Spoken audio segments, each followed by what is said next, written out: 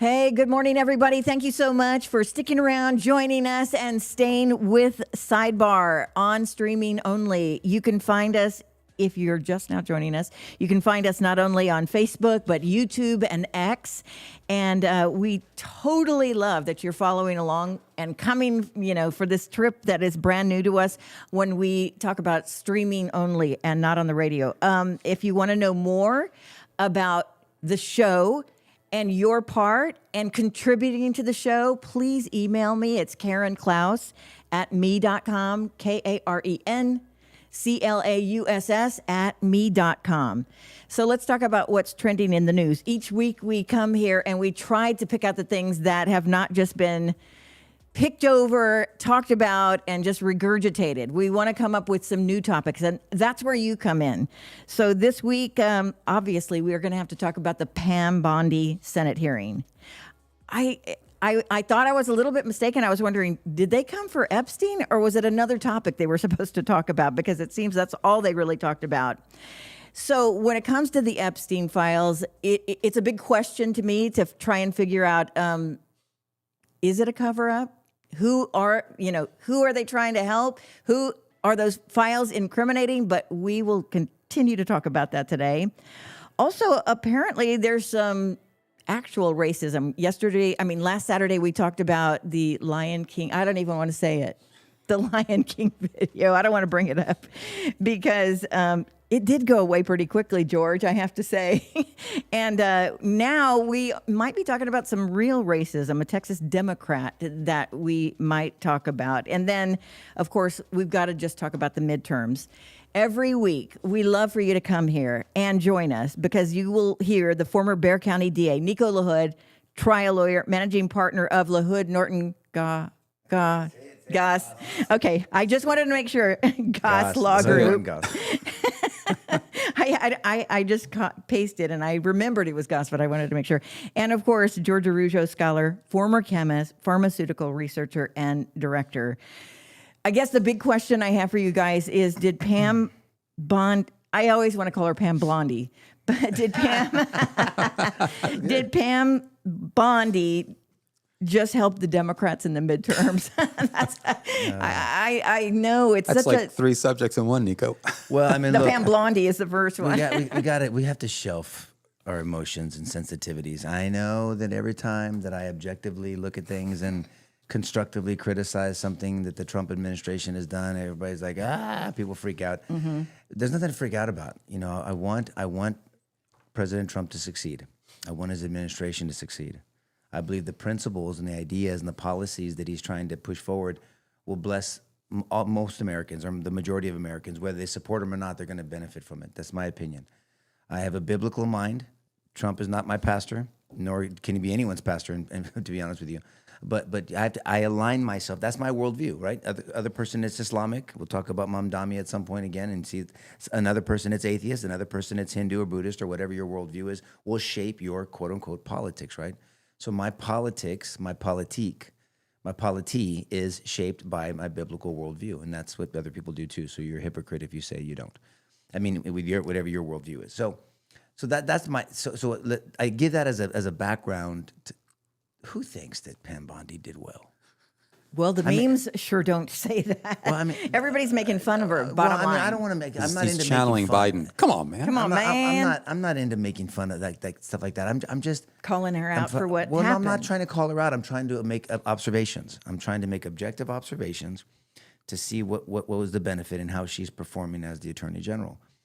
And I don't know. I can't pinpoint. And I want to be fair, so I don't know if it's just she doesn't understand the role of that position. Is she incompetent? It's a legitimate question. I mean, there's things missteps that have just been, golly, someone brief this lady, please. Kash Patel's another topic that we can talk about if it's kind of collateral to this as well, if we need to. But I thought it was, I don't know. I mean, look, that whole hearing setup is a sham to me. I mean, it's just a sham. I mean, you a bunch of speeches. What are they really getting down to? You're just trying to embarrass people. You're trying to get a zinger. You're trying to get a whatever soundbite for your side, quote unquote. I got it. If that's the arena, then know that that's what you're going into. And you know who does it the best? Who do you think I'm going to say? Just say it. Say it. I know it's Say it. anyone but Marco Rubio. Well, that's right.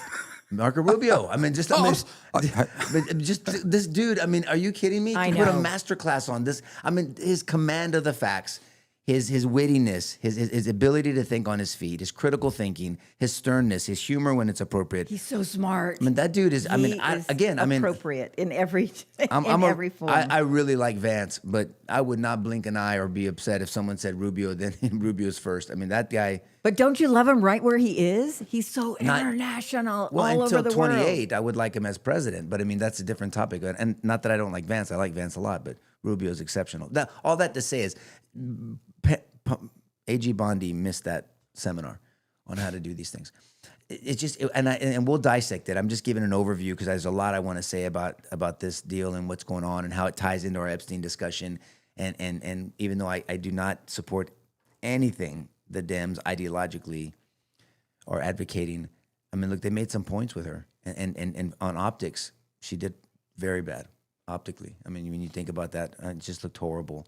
And but the administration in general has lost this issue. Remember last week when we kind of went back and forth and pushed each other, and I said, control the narrative. Even bad facts, you control the narrative. I can give you example after example in trials how that benefits a litigator to control the narrative, and they've lost it on this Epstein deal. I have my opinions, and we'll talk about it when Karen directs us to that topic. But I want to get your thoughts on Pam Bondi. I mean, obviously you don't. I'm not a fan of You and her are hers. both natural blondes, Karen. Right. Shut up. I lost my train of thought. After that, I lost my train of thought. I gotta bring it back.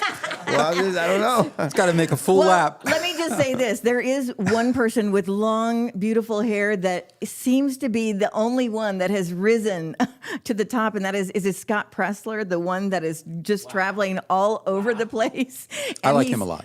I love him. I think he's doing important work. And he is, to me, the embodiment of what should be going on right now instead of us making fun of Pam Bondi. Seriously. So Pressler is kind of an investigative journalist that roams around the nation, He's the identifying voter. critical things like must pass or high attention issues. He the Save explains everything. Act is his latest concern with legitimacy. I mean, we made a big deal about it last week, and it continues to be a big deal. About that. So yeah, I don't know about the blonde thing, but now really lost my train of thought. Don't look at me like that, From natural blonde George. stuff. Thanks, Nico. But I think there are two issues. Nico and I were bouncing this back and forth over the weekend. I've never really been a fan of Pam Bondi. I know that. I don't think that. I think you need somebody who's really articulate in that position. I do. Of course, Marco Rubio takes the cake. I think he's exceptionally articulate on a whole host of issues. He just has mastery of a number of disciplines. Yeah. And you can tell he takes the time to study his crap. So by the time he shows up in an interview, he has command of the facts because he's reviewed it all. That's right.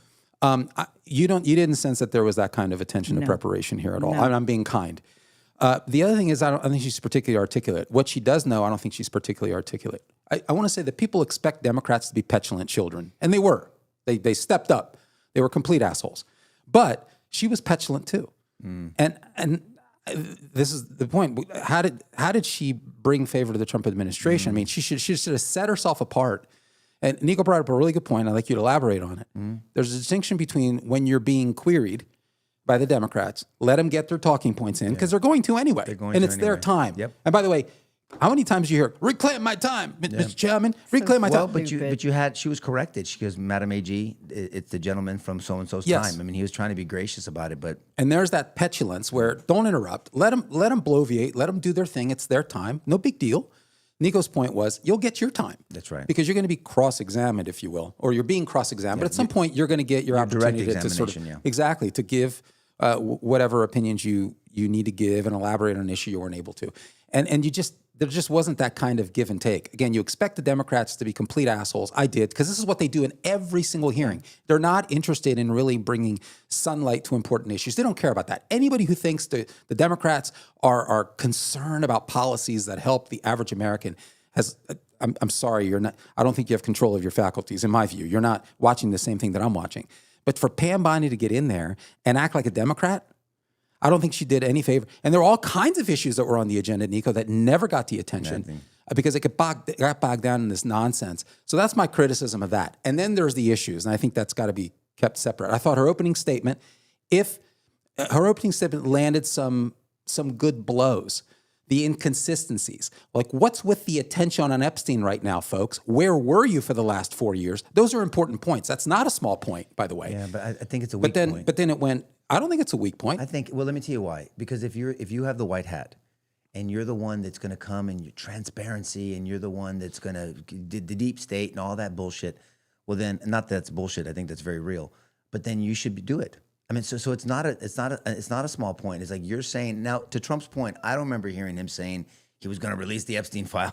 I mean, he just said we'll see, and all that. It's all his other advocates were saying that, like Kash Patel, like Dan Bongino, like Pam Bondi, like all these other people that were like for sure, and they get in there it's like oops, and we can talk about that in a little while. But I think it is important. I mean, obviously, look, this is not going away. How many times we've been talking about this months ago, and I understand what you were saying, George, back then. It's not the main issue. I think there's a lot behind this issue. I think you're dealing with an elite class. I think, of course, you're dealing with precious children. I mean, you know how God thinks about children, and if we think they're a future. I mean, look, if you have people getting away with evil behavior, they should be held accountable. Because what else did they get away with? And then you've made this an issue, but on top of everything else, it's a credibility issue. It's like us when we talk about Christianity and we're doing our apologetic stuff. I mean, Genesis is not a salvation issue. Whether you believe the earth is 6,000 to 10,000 years old, or like you and I, we're old earthers. Shock. I mean, we believe the earth is 4.3 billion years old and the universe is 14 billion years old. Okay, and there's nothing in Genesis. Okay, well, that's not a salvation issue, but it's a credibility issue. When I'm advocating to a group of college students why they should trust the Bible and why science and the Bible don't. So it's like that to me. This is a credibility issue, and it's much more. Don't get me wrong. And so I've just been so disappointed by how they've handled this whole issue. I mean, the administration in general, but Pam Bondi seems to, and I'm going to say this as respectfully as I can, not understand the role of that position. Remember, Lady Justice applies to the federal system as well. And she wears a blindfold. An attorney general shouldn't be talking about the Dow. Oh, that was horrible. I mean, so she went into a full-throated, full-throated defense of the Trump administration. Yeah. How are you unbiased? Where's the blindfold? What are you there to do? And if you're there to do a full-throated defense of Donald Trump, we know that she's an employee of Donald Trump. I get it. And same with the Dems, and Biden has his people. But you don't make it so damn obvious. I mean, it's like, man, the objectivity was not there, because when you make that kind of defense on issues that aren't relevant to the Attorney General's office, now you've just revealed yourself. You've opened up. You're just not unbiased. You're not. So I thought it was petty, and her style is not my style of advocacy. Rubio's is my style. I think he's exceptional. She just she just didn't do us any favors at all, and didn't do. And even Kennedy went after her a little bit. I mean, you have no choice. He's like, fuck, I can't be associated with this type of performance. And so I just think it was really unfortunate to me. It was unfortunate, but look, man, she gave a bunch of ammunition to criticize. My opinion. I think we need to get into the particulars. I didn't want to sabotage your flow here, because I don't know if we were going to park here for a little bit or go to some of the other topics and overview them. We got all the time in the world, George. Because I have some thoughts on this. I don't have anything real positive to say about Bondi. So I'm no Bondi apologist. But I don't think the issue that nothing was done under a Democrat administration concerning Epstein, I don't think that's a small issue. And I think she could have articulately made that point and made another very important point. I can believe it, but I can't believe that this point wasn't made. I can understand it because it was Bondi, but any other person I think should have made the point. That is and I would have said this, look, to the extent, let's just be very, very clear, that to the extent there's been any accountability of Jeffrey Epstein, it's either come from Trump, the individual, or the Trump Department of Justice. That's a fact. Never mind Bondi. I'm going back to Trump 1.0. In 2003, it was Trump that had him kicked out of Mar-a-Lago. In 2006, it was Trump that called the sheriff in Palm Beach and said, there's something really wrong with this guy. And people have known about it for a while. You guys need to give attention to this guy. It's 2006. In 2008, and this is the first indictment, this is pre-Trump, in 2008. And Nico, this is where this whole thing, I think the whole thing starts. And I've spent a lot of time just actually going to the documents that have been released, just to try to actually understand what is there versus all the bullshit conjecture, which I think a lot of far left and a lot of sort of loony, in my view, far right, allegedly conservative people spend their time on, rather than the body of the documents, which I think is pretty much unsexy, no pun intended. But in 2008, this is where all this goes back to, the Attorney General for the Southern District of Florida, Alex Acosta, right? He's the one that brought the original indictment against Epstein. And here's where this all fell apart. And there's a piece in the Miami Herald in 2019 that excoriated him because it was kind of a slimy plea deal. He basically said, look, we'll give you immunity from federal sex trafficking charges if you plead guilty on state level. He can't give immunity he can't give immunity. He has no authority to do that. That's my point. That's where the feds were involved back then. I know, brother. I'm just saying how it was positioned. Well, but that's an illegal position. That's why go ahead. Go ahead. I'm with you. Yeah. So, and this is why it was called slimy. That's why he was excoriated. But he basically positioned that way. Look, you plead guilty on state level prostitution charges, and this whole federal thing will go away. You serve time in jail. He served his 13 months in jail, which was, I looked into that. It was really bizarre.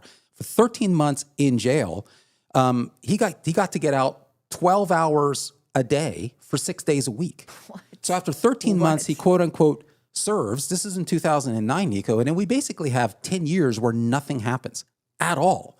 And then in 2019, the Department of Justice under Trump goes after him, probably because of that Miami Herald piece. They go after him on federal sex trafficking charges. They're about to convict him. They arrest him on July 6th of 2019, and about just over a month later, he's dead. So they go and prosecute Ghislaine Maxwell. She gets 20 years in prison, right? And so any kind of accountability that you have comes under Trump. Yeah, but accountability to the situation, Epstein is not that's not the position. Epstein, who's Epstein? I mean, when you take positions that Epstein was trafficking girls just for himself, that's a dishonest position. It's a dishonest position. And when you tell, and let's just be honest, when you tell your supporters, if you keep talking about this, you're not my supporters. Okay, let's back up a second. So, but where's you're the giving Trump? Are you suggesting that we have evidence that there was this extortion and trafficking ring, this network that they're talking about? Because do you think that Epstein is the only one involved in having sex? I'm saying we don't have evidence otherwise. That's part of the problem here. Okay. We don't actually have evidence. Look, not a single name. This is interesting that the whole hearing, not one name was mentioned. The client list. Well, listen, you've had access to that. Name one name, not one name. Name for what? Name about what? That was on that list? Who was part of the ring? Because the claim here is that this widespread sort of pervert billionaire elite and others, Ivy League thought leaders and so forth. There's a whole ring. I mean, there's domestic and foreign politicians. You guys have heard all the innuendo, and I call it innuendo because there's nothing in the actual documents. I have not found one single source that has actually rooted back to the documents or the files. Where's the ring? Where's the Bill network? Clinton or nothing, none of that Where I understand that there are names of people who attended the island, people who went there for parties. Howard Lutnick came out this week, took his family there. I got it. That's why I keep saying none of this is new. This is old. We get it. There were people that went to his island. There were people that were on his plane. I got that. But that is not evidence of an extortion and sex trafficking ring. There's two separate issues here. And the innuendo that I think the Democrats masterfully created, for which there's no actual evidence. Okay, and this is why Bondi hasn't come forth. But how do you know there's no evidence? Well, none has been produced. And the FBI has come out. Hold on. Listen to what you just said. The FBI has come out and said so. Golly, you trust these FBI people way too much. I mean, just because someone says so and documents and all this, I mean, So the documents don't matter? No, not really to me. No. So what matters then? Well, let me ask you this. 2 indictments indicted the last 2 police officer cases that I had. Were they right? Were those documents right? What's your point? Well, you're just talking about documents. Were those documents right? No, hold on a second. We can't have it both ways. No. Actually, these are cases that went to a court of law, and you adjudicated But you're that. talking about documents, and until they're adjudicated in a court of law, the documents don't. There mean was shit an to me. adjudication in the Where? first time around. Where? Because Where? the Ghislaine Maxwell trial, that would have been a great time for her to enter a plea deal and reveal this extortion ring. And I'm telling you right now, there's not one damn bit of actual evidence about that. How do you know? And until How do you know, brother? I'm saying there's no evidence right now. There's no evidence that we've seen. That doesn't mean there's no evidence. Who does that? What do you mean who does that? Who says we haven't seen any evidence of that? We haven't seen evidence of this, so therefore there's a good chance that it's out there. Because listen to the way people are talking about this on social media. So I want to make sure. It's dishonest. I'm trying to give you some cover. You're telling me that out of all this bullshit, you think that Epstein was trafficking little girls for himself. There are That's all I'm asking. That's that question. You think it's all for himself? So far, that's the evidence. Other than Prince Andrew, can anyone think of anyone who's, by the way, has been known to be a perv forever? And thousands of hours they've logged, 2 different administrations. Does anyone really think that Merrick Garland, had there been any evidence, certainly of GOP, because that's the allegations here from the Democrats. There's all this content list and there's all these GOP people. Where are they? Or Trump. They were looking for a kill shot against Trump. Where's the evidence? Merrick Garland would have turned that over in 2 seconds flat in 2024. I'm not talking about Trump. I'm not saying it's about Trump. I think it is involving way more Democrats, if not majority Democrats. Fair. Okay. All I'm saying 2 is, administrations, what are right? these? Let me just ask you, because maybe you can educate me about some things. What these delicious beef jerky conversations in these files? What are they talking about? You think they really are eating beef jerky, or pizza, or how about grape soda? What does that mean? What do those things mean, you think? These billionaires are talking about grape soda, pizza, and delicious beef jerky. Over and over reference. I mean, this is crap. I mean, tickets in my world, cheese pizza. The people know in the sex trafficking business that a pizza is a child and a cheese pizza is a prepubescent child. That's the lingo. You go in my world, you talk about tickets. How many tickets you want, George? Front row tickets or back row tickets? High quality drugs or low quality drugs? I want hockey tickets. You know what that means? No. Cocaine. You want hockey tickets? Go figure. Real creative, right? I mean, so there's ways to talk about these things, and you're going to tell me that all that is just some secret billionaire lingo that really talking about soda pop and they love pizza. Got it. Okay. I'm just saying, and we don't know what they know, Dad. That's all I'm saying. No, and you trust the government way more than I do. That's all I'm saying. I'm not saying I trust the government. I'm saying that there's 2 separate FBIs, 2 separate internal records from 2 separate departments of justice who have diametrically opposed objectives, who hate one another. Unless it involves both sides. Unless it involves both sides. Both sides, right? So both FBIs went to his bank records, to emails. Whose bank records? Whose bank records? Epstein's. Okay. Epstein's bank records and emails. They searched his homes. They spent years interviewing his victims. They examined his connections. Yes, to some of the world's most influential people. They collected a crap ton of proof of sexually abused underage girls. They did, pointing back to Epstein and Ghislaine Maxwell and 4 co-conspirators, by the way, all of whom were females. What strikes me additionally is that the Democrats said, hey, sitting behind you, Bondi, are all these alleged victims. And there were victims. Virginia Giuffre, for instance, who was definitely found to have been sexually abused by Epstein. These victims came forth. They named names. Those names were investigated. And no evidence was produced of their allegations. I'm talking thousands of hours, 180, according to the Associated Press, 180,000 images, thousands of videos, all of them involving Epstein and Ghislaine Maxwell. So I get it. We got perv billionaires. I understand that. Where's the extortion trafficking ring, the network, this highly organized network that you hear? If Nicky Fuentes is to be believed, and I don't believe him, I think he's full of shit because he hasn't produced any actual evidence of the ring. It's all innuendo. And I just think if we care about what's true and what's not, I think that we ought to talk in those terms. I get the suspicion. I don't blame the suspicion, but to raise it to the level of evidence, there's no evidence. And this is, by the way, this is my point. Yeah. And this is why I don't think Bondi and Kash Patel, and Nico does it real well with Bongino there in the interview, looking like, I don't know what the hell, like a cucumber up his ass, the way he said. Like they had literally nothing to say. He's, we went in there and there's nothing. It's like, where were you for years? You were saying that there was a smoking gun. Where's the smoking gun of the extortion trafficking ring? And what I'm saying is there's no, in these documents that came out, the person who looks the best is Donald Trump. Oh yes. He's the one that looks the best, frankly. We'll find out. He's the guy that's calling bullshit to the extent again that there's been any accountability, it's Trump. Well, you brought up a lot of stuff, brother. So look, you interestingly to me are making a due process argument, which I agree with, by the way. Interesting how you came aboard. Welcome. So I agree. I agree with due process. Absolutely. All I'm saying is I don't trust the government. I'm sorry. Did you call me a dick? All I'm saying is I just look for consent. All I'm saying is I don't trust the apparatus of the government. Since when do I care about due process? What's wrong with you? I love that you're happy with this. All I'm saying All I'm saying, it's Valentine's. Oh yeah, happy love day. As my wife says, happy love day. All I'm saying is I don't trust the apparatus of the government. I just don't. I mean, it doesn't matter who's in charge. It's too big of an apparatus. Whether it's Trump, whether this. Now, you said a lot of stuff, a lot of it excellent stuff, very good stuff. And you know, if I was defending it, I'd make the same points. I've been involved in way too many cases that the apparatus had control of all the cards. And when you say under Michael Morton Act in Texas, it's because the apparatus, a smaller one, but the DA then had evidence of Michael Morton's innocence, and he spent 25 years in prison, and he wasn't the person. And by DNA evidence, they knew for sure he did not murder his wife. It's horrible. Michael Morton Act. You guys can research behind that. I won't go into details. But so the apparatus, big and small, needs checks and balances, and there's no checks and balances. Now I'm interested, and maybe your theory here is 100% correct.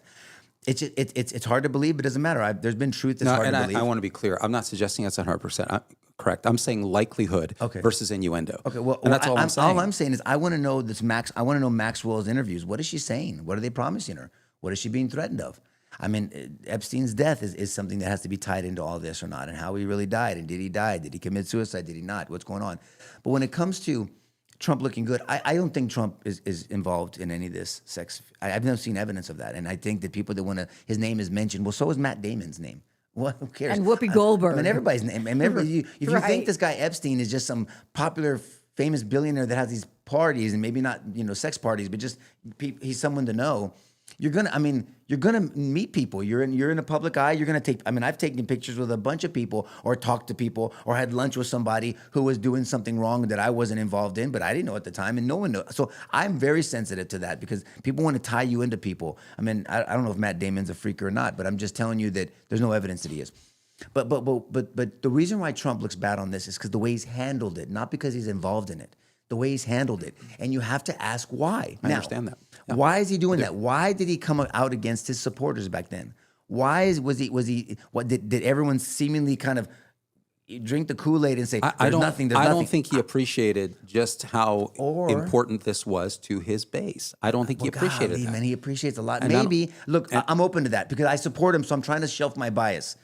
We all have biases when we support somebody. And so I'm trying to shelf my... I hope that's it. I've also heard, this isn't a plausible theory, that he's so focused on the economy, that exposing this whole bullshit and taking down, this elite class and billionaires would somehow affect the economy and the stock market. Now, that's interesting theory. That's a theory. I don't know. It's a hypothesis, whatever you want to call it. I don't know if that's true or not. But there's something that turned a big portion of his base, whether our listeners or not, just against him and said, you're full of shit. And there's 6 million documents. And then Pam Bondi with her inconsistent statements about the files on my desk. Well, 6 million files are on your desk and pieces of paper on your desk. And then they only released 3 million of them out of 6 million. If there's really 6 million, maybe there's more. I mean, there's just so much. When you have 6 million pieces of document, it's not it's all about Epstein. No, I don't know. I mean, that's harder to believe, but maybe. No, but they didn't just randomly get these things. They were searching for something. They've been investigating this. Both administrations. Yeah, 4 administrations, right? More than that. But the documents have also been released to conservative and liberal news media or left-wing news media. So it's not just the government looking at these things. Really, it's not. And they could have redacted the parts that were incriminating to themselves. But it's not just the names that were redacted. There's a narrative around those redactions. And the narrative isn't pointing to an extortion ring. That's the dilemma we have here. So I get it. I understand that there's lots of people involved. But to extrapolate to this network of extortion where it's not just Epstein, because all the evidence is towards Epstein, that there's sex trafficking or exploitation of young girls, and that there's a ring involved in that. How did Epstein make his money? Where did he come from? What's his background? It's been around for 30, I have no idea. 30 years. I mean, well, that's important, right? I mean, these are questions that need to be asked. People are asking these questions. Where did he get his money? How did he become a billionaire? What is he doing? What are his connections? I mean, all that matters. I mean, I want all 6 million files and videos. I mean, and pictures and all that stuff and emails. And I mean, there's a lot of people, and there's appears to be in my world a secret language. Beef. I promise you, these people. Well, I shouldn't say I promise you. Highly unlikely that people really give a shit about beef jerky on this crew. Or grape juice, or pizza, or anything like that. I mean, I highly doubt that. Highly doubt that. Okay. Maybe they're grape juice drinking, pizza loving, beef jerk stuffing up their ass people that love to just talk to a guy that likes to be a pedophilia psychopath weirdo, and he's got a sensational appetite for young girls, and he's the only one. I guess that could be true, but unless I see all 6 million files, then I'm not stating prepared to take anything. Look, all I'm saying is I'm not stating unequivocally that he was the only one. I'm saying based on the evidence been released, singularly, by the way, under Trump's purview, not one damn document. Everything we have has come under legit. That's legit point. Has come from Trump. Yep. So, or from Trump's Department of Justice. All I'm saying is you've got Pam Bondi, Kash Patel, and Dan Bongino, deer in headlights, bloviating, by the way, before they assumed these positions. There's all kinds of stuff there. Why do you we need to release this. And then they get in there because there isn't any evidence of an extortion ring, which is what they sold to the American public, and they shouldn't have. That's my point. They've gotten in there. They have every incentive to release this shit. Now, the stuff, they could redact things that are incriminating to Trump and release everything else. All I'm saying is there's not one damn name provided with evidence behind it. There's not even a patsy with... They get patsies for everything else, but not for this. There's not one name provided, Nico, attached to some sort of extortion ring. That's all I'm saying. Legally, what names should be redacted? Legally. Well, I believe that the names that are redacted are victims. No, there's more than that. And there's adult prostitutes. There's more than that's been redacted, George. That's the point. There's other names that have been redacted that are not just victims.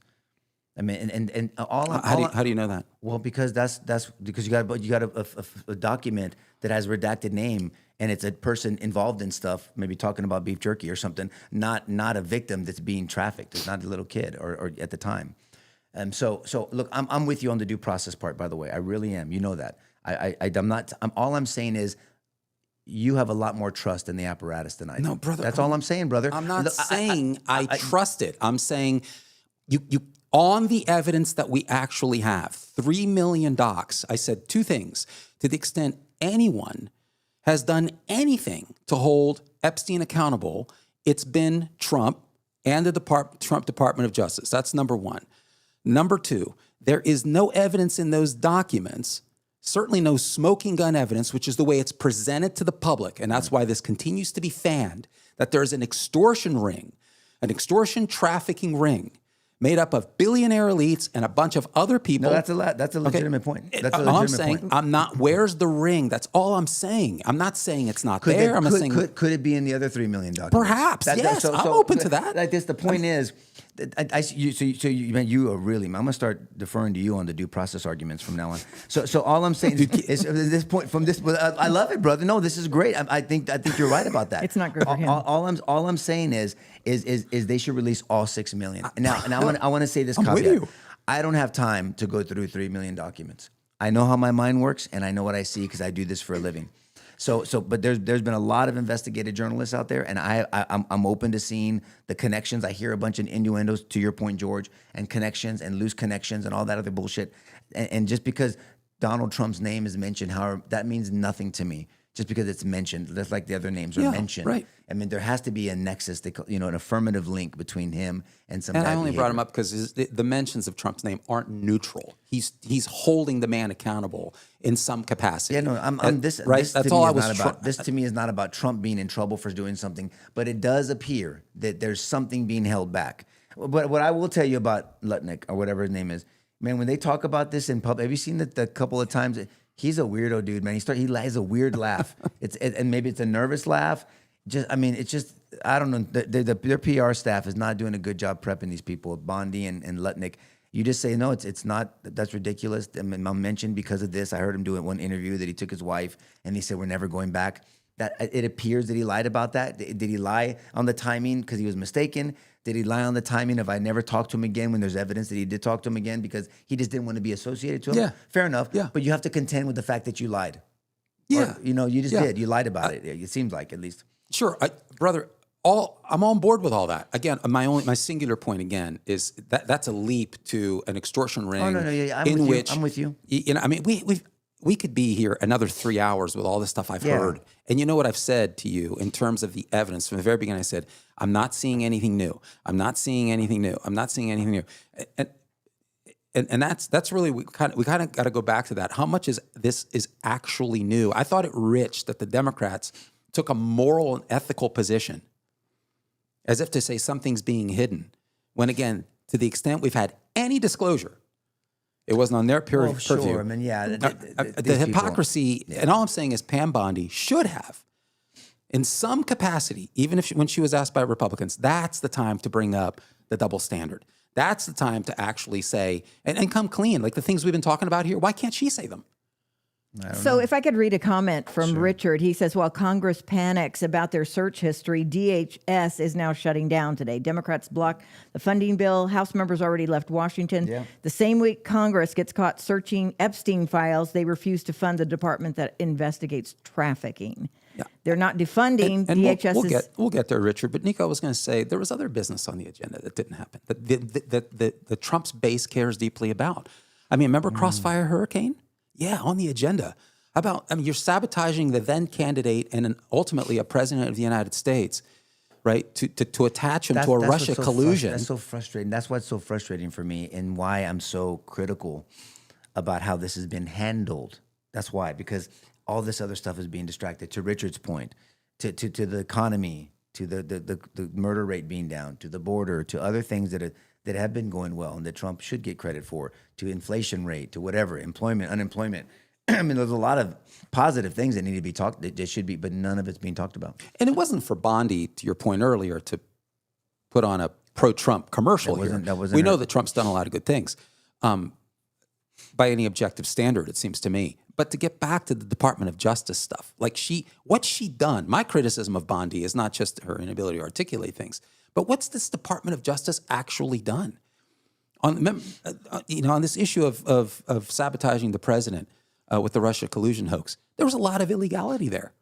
I mean, this intelligent. Remember the intelligence? The intelligent assessment report from 2017 that showed that the CIA and other Department of Justice individuals had no evidence whatsoever to go against Trump and tie him to Russia interference in the election, but they chose to anyway. Yeah. To go after a presidential candidate. That should be investigated. Yeah. It's been a year. Nothing's happened. But who's been held accountable for that? Who's been held accountable for COVID? Who's been held accountable for if there is other things with Epstein? COVID issue is a big deal. I mean, Alamo Talk made a good point. I mean, for this when he said, I guess earlier, Salah just sent it to me, for crying out loud, Democrats couldn't release the files because Maxwell court proceedings were, I guess, present at the time, he meant to say. If they did, there would have been a mistrial and she'd be walking free, and those files would not have made the light of day today. Look, I don't remember the timing of it, so I'm not going to answer yes or no, but if the timing is that Maxwell's case was pending at that time, they're not going to release anything. He's right about that. And Carlos says, why weren't the victims having a press conference every other week about this through the Biden administration? Yeah. It's, the media again. We don't know what they were being told. I mean, if they were saying, look, Maxwell is being held accountable, we're going after Epstein next, we need you to temper yourself. There's a lot of things that go on with with victims and accused and complainants and things of this nature. So again, there's a lot that things need to be considered in context, is my point. If we were going to get down to the truth, we have to, everyone, in my humble opinion, shelf our biases. We all have them, and our tribes, and really follow evidence wherever it leads us. Listen, we love Alamo Talk, but I love the selective parceling of data. She was found guilty in 2021. And last time I checked, maybe I'm wrong, Biden was there until 2024. They had ample time. So just please, with respect, cut the shit, okay? The Democrats had plenty of opportunity, and they didn't do a damn thing. That's the elephant in the middle of the table that nobody wants to talk. And I don't know what it is, Alamo Talk. What's with the cognitive dissonance, brother? I mean, I don't understand this resistance to holding your own people accountable. I don't get that. Where's that come from? I mean, Nico and I have just spent the last 30 minutes going after technically our people. I mean, why can't you do the same thing? And I don't mean to pick on you, brother, but this is systemic. Well, this is the tribe argument, right? Yeah, that's got to stop. This damages the country. I don't know if you have kids. It damages your kids. It damages their future. Do you want them growing up in a society that only looks at one set of facts and no other facts need apply? I don't get it. But Biden had plenty of opportunity. Merrick Garland had plenty of opportunity. May I say, lots of motive to go after Trump and any Trump associates, and he didn't. This is what frustrates me. Because when you bring up that criticism, and it is a valid criticism, and it's a criticism that needs to be brought up more, to Alamo Talk, to anybody else, but then you fix it when you're in office. Yeah. You know what I'm saying? And you at least bring the appearance of being transparent. You know there's a calling for that. You know that there needs to be. I mean, Epstein was going to be prosecuted for what? Well, then if he's dead, then release everything, all 6 million. There's no one else. I'm with you. So, and I wish they would have done that up but front. See, that's what threw this whole train off the rails. I mean, so you say Biden, Democrats did this shit. No one cared about this then. And that's a valid criticism that everybody has to bring up. And if you're accurate, which I'm sure you are on the 21 versus this, but remember, Epstein was still around. He could have been prosecuted. So if there was a pending investigation, quote unquote, then. So Jeffrey Epstein died on August 10th, 2019. The Ghislaine Maxwell trial, she was found guilty in 2021. Okay, so he died. I forgot. He died early. In when? August 10th, 2019. That bastard's been dead that long? He was arrested July 6th. And somebody can check me out on that. But if my memory serves, he was arrested July 6th and then died a little bit of a month later. Wow. So in 2008, who was president? That was Obama, right? Yeah. Okay. So Alex Costa, when he testified, he said that the reason why he gave him that deal is because he was an asset, right? A government asset. Which opens up a whole different discussion. Let's be, because I mean, it's a transition year. Yeah. So you had the election in 2008, and in January of 2009, Barack Obama is inaugurated. Okay. So then who? So it was under the Bush administration. There. Okay. Well, then this this is all valid questions. People asking questions, I love questions. What my concern is when you answer your own question. Then don't ask the question, make a statement. In a way that suits a premise. And I apply that to everyone, whoever that applies to. All I'm saying is don't ask a question if you're going to give the answer. Sure. Ask a question and look for the answer. Yeah. If you have the answer, then make a statement. Don't ask the damn question, unless you're being strategic. But so all that 100%. to say is I wish that this would have been handled differently. Bottom line. This should have been handled completely differently by the Trump administration. And it doesn't seem to be going away. Now, so the question is, what's the answer? What's the answer? If you're giving political advice to Donald Trump and to his administration, what's the answer? Because this isn't going away, and it's only gotten worse, and Bondi didn't make it any better. And the Democrats have seized this opportunity to take this narrative, which they shouldn't have, because it's not their narrative. It seems to have been handed over to them. What's the answer? Well, I mean, I don't think there's any evidence so far. So what's the answer then? So I think she had to come out and state as much, if that's the case. Come out and state as much. And I think the FBI has released that in writing. But at this testimony, she ought to come out and said, look, on review, and there's been an exhaustive multi-administration search into this. Obviously, there was an investigation. There was an arrest. There was an indictment. Case 1. We were doing it again. Then he died. We were going after. Trump administration was avidly pursuing federal sex trafficking charges against and building a case and going after him. And then he died on August 10th. And then they went after Ghislaine Maxwell, and there's those court documents as well. And that's why I just simply introduced that would have been a really great time for her to cut a deal, a plea deal, and then come clean on this vast network or whatever. That would have been a great time to do that. She hasn't done that. She's had opportunity since then. She hasn't. Who? Maxwell? Ghislaine Maxwell. And I think if Bondi's under testimony or under oath here and testifying to this, that's a time to come forward humbly, professionally, and articulately, lay the blame where it belongs, but don't go beyond the evidence, and then say, look, we're still in the process of wrapping this up. 6 million documents. We've done 3 million, and we're on our way, and we'll come back and do the other 3 million. But as of now, here's where we are. But what deal are they going to give her? They're not going to let her out. Ghislaine Maxwell? Ghislaine Maxwell. They're not going to let her out. Leave that to Nico. They can. I mean, they can be a post. There can be something. Ask for clemency. Yeah, there can be something done. There's no doubt about that. But they? So do you think they should go after, if the statute of limitation, depending on what statute they go after, like Prince Andrew and everybody else? Well, Prince Andrew, I mean, he's had some consequences, but I don't think they should go after him criminally. I'm talking about everybody. I'm saying, should they announce investigations into Bill Gates? I mean, his wife seems to think that he's an interesting freaky deaky, and all these other people. Well, the statute of limitations matters, right? Well, of course it does. But I'm just saying, remember my question? If the statute of limitations, or they can find some conspiracy statute that opens up the statute of limitations. I have said from the very beginning, you know that if there's any evidence of wrongdoing, I don't give a shit who it is. So my point is, my first question was, what should the Trump administration do? And so it sounds like you're saying, because you didn't say it, but I want to make sure I'm trying to glean this from you. You're saying, say that we found no evidence of trafficking or some conspiracy ring. We're going to release the 3 million documents unredacted, except for the victims legally, because they got to do that unredacted. We're gonna, if the statute applies, we're going to go after Prince Andrew and Bill Gates, or at least announce open investigations against them. Yeah. Open investigations against them. Well, they haven't done that. So yeah. I'm tracking. There's a lot that they left on the table in this hearing, and she was part of the problem. So bad. I mean, I've heard it said, well, maybe Epstein destroyed all these blackmail videos before his reindictment, and I'm thinking to myself, well, why not? Because he didn't. In other words, of everybody else of this ring. Yeah. But why didn't he destroy the videos that implicated himself and Maxwell? I mean, he left those around. All I'm saying is it all converges on him. The trafficking converges on him and some co-conspirators, which were named in that first trial and in her trial. She was his longest serving accomplice. I'll call it serving for lots of reasons, but it was like almost, wasn't it solid? She's been around for 30 years. I mean, she'd been around for a long time, at least in the 90s. Epstein? Yeah. I mean, there's no evidence he's live. I mean, that's something you can't get a picture of some dude walking in Israel that has long hair, and I mean, that's Walking with Elvis. There's no evidence he's live, but I mean, I think there's an open question of whether he killed himself. If that's what you're asking. I mean, I think that's a legitimate question to ask right now. And look, if he's alive, then show proof of it. You know me, I'm a proof guy. Like to George's point, I mean, let's get some evidence. But what I'm saying is, they say correlation is not causation, but correlation means investigation. Sure. And so there needs to be an investigation. Sure. They need to investigate things thoroughly.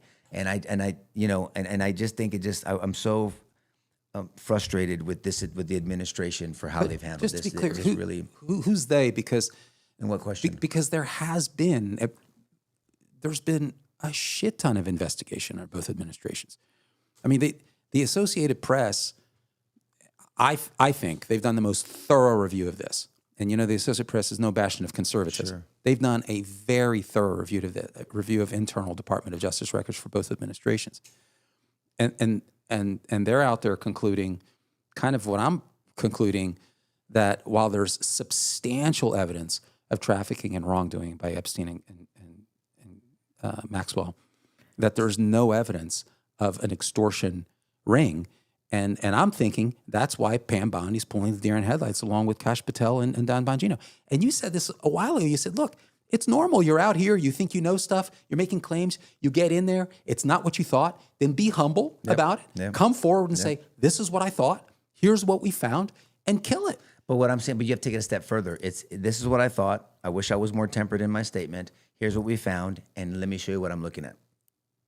That's the part that you lose. Of course, the release of the batch of the documents. But early on, not because people, and not this downplay, this is what I looked at. So this is what I found, and this is why I've changed my opinion, and here's why. And I would have been skeptical had the government been the only entity looking at these documents. But these documents have been, they are available to the press, both presses, meaning there's a conservative and liberal press. And so they've been under review. Still waiting. Yeah. And I don't care what the outcome is. Whatever the truth is, I'm okay with. I just take, and you can tell, I take personal issue with extremes on both parties, creating this kind of almost Hollywood movie, which I think does an injustice to the actual victims and to the actual wrongdoing. Well, and it's a huge distraction. I think the fact that you have people on the conservative side that have turned on this issue shows, I mean, it's a glaring reflection on how mismanaged it's been. But there's other issues that the base cares about, like we said. It's not just the Russia collusion, but the COVID coercion nonsense. Yeah. The gross injustices done under mRNA vaccinations. This has all been lost under this.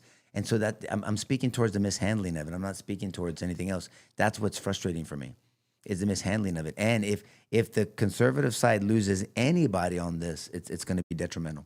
You can't lose anybody. Okay, people the people have spoken, and they said they're ready to get rid of the Epstein topic. They said they're done, and they want to go on to something else. Well, I'm just telling you what everybody's saying. Fine. They want to have a vote. Well, we really covered two topics here. We covered Pam Bondi, and we covered Epstein. Is the big one, and I want to wrap it up by asking. I mean, what is going to happen to Pam Bondi? Do you think that she's just going to? Unfortunately, I don't know how Trump could backtrap. He's been out there saying publicly she's doing a great job. Privately, I hear he's saying she's not doing such a great job, but he's so invested publicly. How does he pull the trigger now? I mean, the only thing I would suggest he do is ask her to resign. He's got to save face. I mean, if he fires her, I think he's got PTSD from firing Sessions and firing Barr and all the stuff he's done. And I mean, the people that he's released this time, he's not letting people go as quickly as he did the first time around. It's like it's 25% of the people he's fired versus the first time around. He was dropping like flies. I think strategic. I mean, what I know, I don't know anything because I'm not in his situation. I think you talk to her and you just say, give her an exit ramp, and with a pardon when he leaves, because they're coming after her. I mean, this is the bullshit that I was cautioning people about before. This whole what Biden and these people have started. If we're going to start this flow of you go after your political opponents, and then the next administration or the next time you're in, what this country is screwed. Yeah. You just take that statement to the bank. Take that statement to the bank. But if that's the way you have to go, so Trump, when he leaves office, what is he going to do? Give pardons to his kids, to himself, for what? I don't know, just for anything. Like Biden pardoned people just because. Yeah. Then you're going to pardon his whole cabinet? They play this out. Like I said, be careful of the world you help create. Someone asked the question, why won't the Trump meet and the DOJ meet with survivors? Have they done that already? Is that going to be a way to I don't know. They should heal?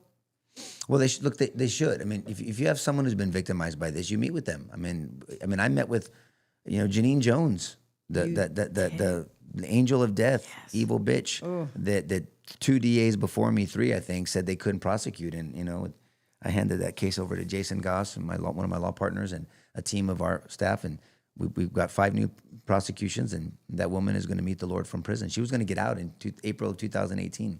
We had prison talks of her saying that she's going to go to the beach and all this other bullshit. You ain't going anywhere.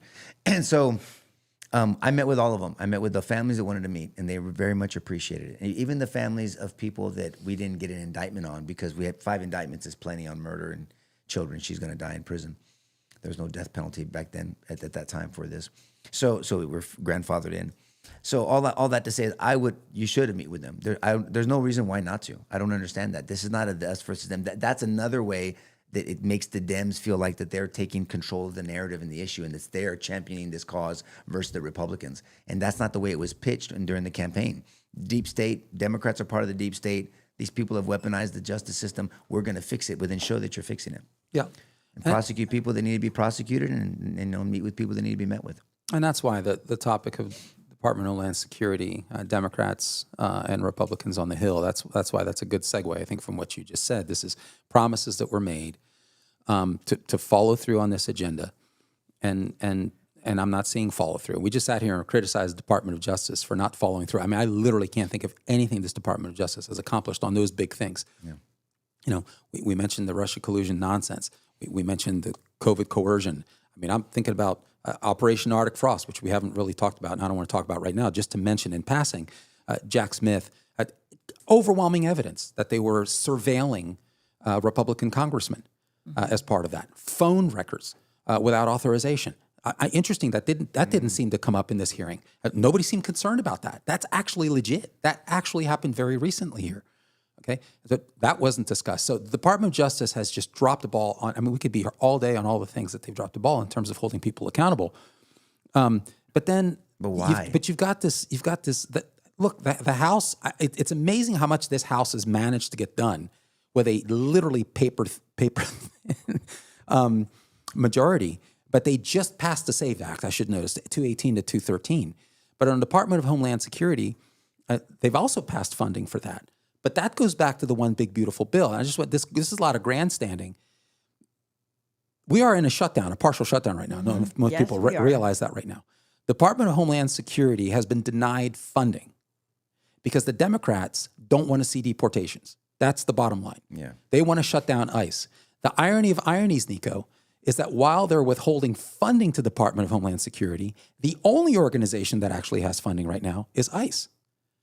Because the one big beautiful act allocated billions of dollars to ICE. They're flush with cash and they're rocking and rolling. But the Democrats are actually withholding funding from FEMA and from TSA. So if you're trying to travel right now, good luck with that. And if there's an actual legitimate emergency, there won't be funding for that because they don't want ICE to deport people. Meanwhile, ICE has all the cash in the world. So why the Republicans stomach this on the filibuster and don't actually follow through. And when I'm saying about get rid of the filibuster, I'm actually saying go back to, like we talked about last week, go back to actual Senate rules on deliberation. We're not saying you run roughshod over a minority, but the Senate Rule 22 actually has a century-long precedent of debate. You don't do this quick, rapid, invoke cloture, get this backroom conferencing agreement around the bill, and then 3 days later we vote. But actually do a standing filibuster. You bring a bill to the floor, and you literally, if the Democrats want to debate it, they can get up there and do a standing filibuster. And after that, by that Thursday, cloture's invoked automatically, and you go to a simple majority. You need to do that on the Department of Homeland Security, and you need to do that on the SAFE Act. Will the Senate do that? I think that kind of shit could definitely lose the midterms, because why are they there? I mean, So when you say go to a simple majority, you're saying get rid of this filibuster then? Well, no, I'm saying go back. There's two ways to do it. Go back to the other way to do it. Which way? The only way to really, prior to the Harry Reid era, where you did this invoking of cloture, this filibuster, you actually had to do a standing filibuster. So you've got a bill that's coming forward. Yeah, Ted Cruz style, you mean? Absolutely. Well, and how does that help anybody? Because that's actually a senatorial procedure. No, I know, Daddy. I'm just saying, but how does that, if he read green eggs because and ham, then somebody else reads the Bible? They won't need the 60 No, I votes, I get it. You're going to have people who are sitting around listening to a lot of bullshit, BS nonsense. Yeah. I get it. But that should be filled with legitimate debate on the issues. Because remember, the objective of the Senate is to convince people based on good arguments to come over and vote a particular way. So the original Rule 22 forces that kind of debate. Nobody wanted to do that. So in the Harry Reid era, they said, let's do a shortcut. Let's do this 60 vote requirement, supermajority.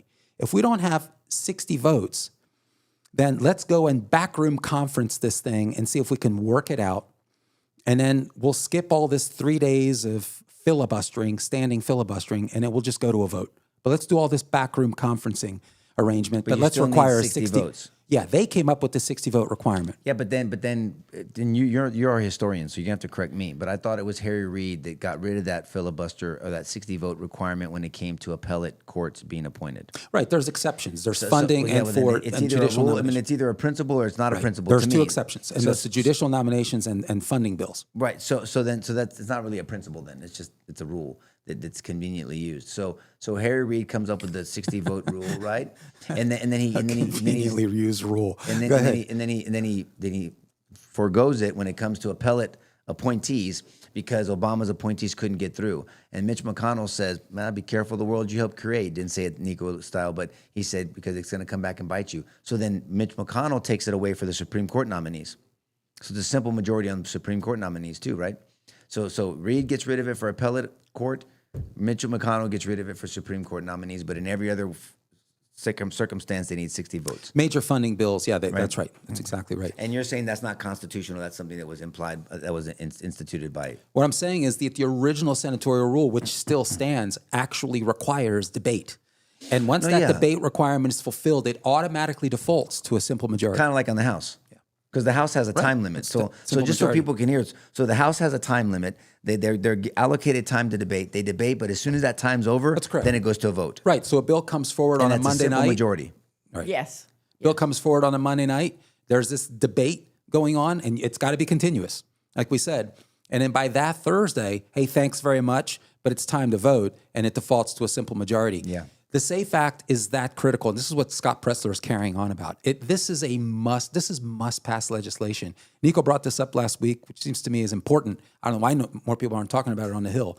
But literally almost 90% of Americans, 71% of Democrats are on board. I know. With requiring voter ID. That's what I don't get. Yeah, voter ID and requiring proof of citizenship when you first register to vote.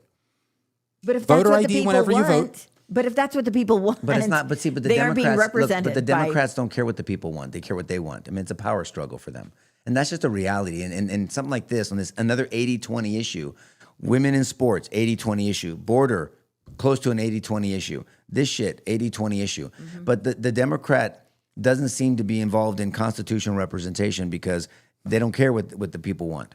I mean, look, you're going to have a hard time defending this if you're with the Democrats advocating for this issue. I mean, because this is what people want. Hispanics, Latinos, blacks, why everybody wants this. I mean, the vast majority, 70 in the 80s and even 84, I saw one poll up to 84%. Yes, that's right. So, this is not, people want to know that their voice and their vote matters.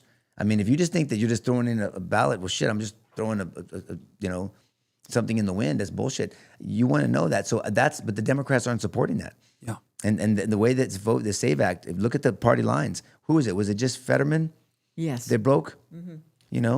Good for him, dude. I like that guy. I wish he was the standard of the Democrat Party, to be honest with you. I think. I got to give kudos to Henry Cuellar on the House. He stepped across and he voted sort of a lone guy on the House. Yeah. Sort of the token sane person. But think about that. It's about time. Well, but he knows his people. Right. Remember, the border went on the illegal immigration issue went red. Now, whether they stay there or not in this election, 100%. Which is my frustration, who knows? I hope they don't spite their nose for their face or whatever the hell that saying goes. But all I'm saying is Henry knows his people. Yes. Good for him, and man. he knows what happened. And there's been a victory. It's of sorts, literally in the last 24 hours, that Susan Collins has decided to come on and vote for the SAVE Act. And the only holdout right now is Murkowski from Alaska. Yeah, she's a bit hopeless. GOP. And so we have enough now for Vance to come across and break the balance there on a simple majority. But again, get back to the original Rule 22. Forget this 60 vote requirement. This is that critical. If the Senate comes together. What about when the Democrats are in control? Okay. If the Democrats first, okay, I understand. I'm just saying that's a legitimate question. But this is legit. This is a legitimate issue. You have overwhelming consensus. I agree, Daddy. And this is like Save the Union stuff. I'm with you. Right? I'm with you. Legitimate, not bullshit Save the Union stuff and bullshit I'm just saying, how does this play out down the road? Healthcare denials. Think of your president, Newsom. Yeah. Think of all these horrific scenarios we can think of. Let's take them at their word. To your point, good point. Okay. So the Democrats have said, they're already threatening all kinds. Every week they threaten somebody else new to go to jail. Yeah. And to be impeached. This is all they do.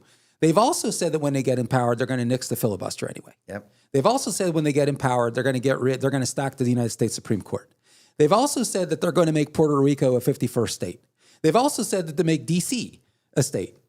And I wonder how they're going to vote. They're telling you exactly what they're going to do. And they will do it because they have done it.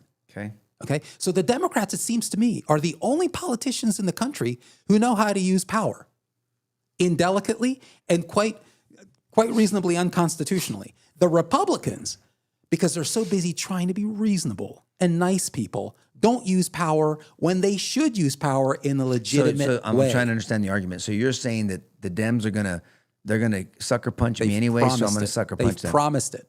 Okay, well that's legitimate. They've promised it, and they will. They've been saying I agree. I don't think I think they will. But again, we have to think about moving forward. Then if that's the case, then we better work hard to win.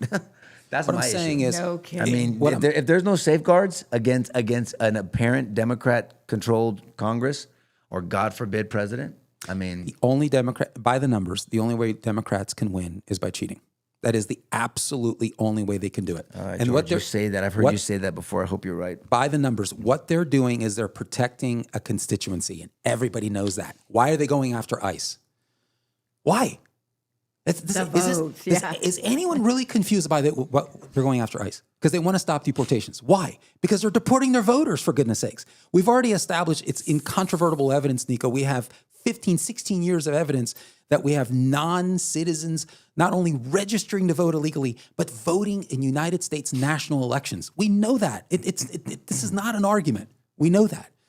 And so they're protecting a constituency. That's illegal. This is not only unethical and immoral. So it's okay to steal the political power of American citizens?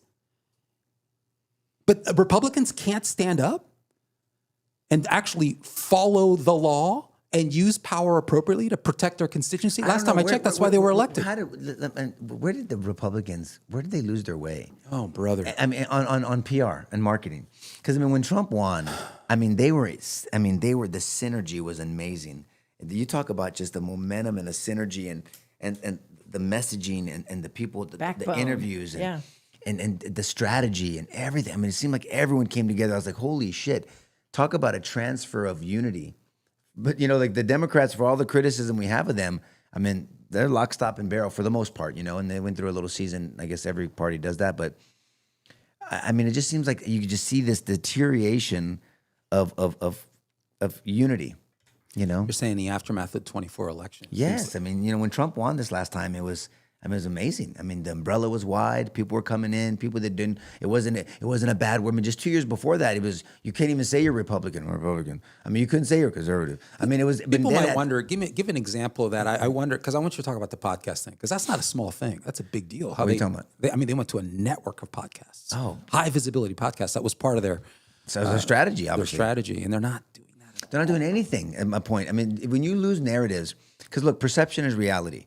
It doesn't matter. I mean, like I said, I equate everything to a trial. I mean, I can't see how many trials I've been involved in, not maybe even the ones that aren't high profile, but they're still valid to the client, obviously, where the perception, the narrative, the local narrative, the whatever it was, the opening statements were horrible, but then the reality came about, the narrative changed, you took control of it, you took control of bad facts, you owned bad facts, but you gave it a context explanation for them, and then you presented facts that the other side didn't want to present, and it gave a totality of the circumstances evaluation. I don't see the Republicans doing that. I mean, I really don't. I don't know. I mean, Mike Johnson is obviously doing a great job on the House side. I mean, he's getting stuff passed with a razor thin lead. I mean, whatever dominance with what is it?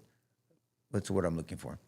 Razor thin lead. What? Majority. Majority. Thank you, brother. Thank you. The majority. I mean, I'm talking about the party as a whole. Yeah. When you have this, I mean, it just seems like the messaging is off.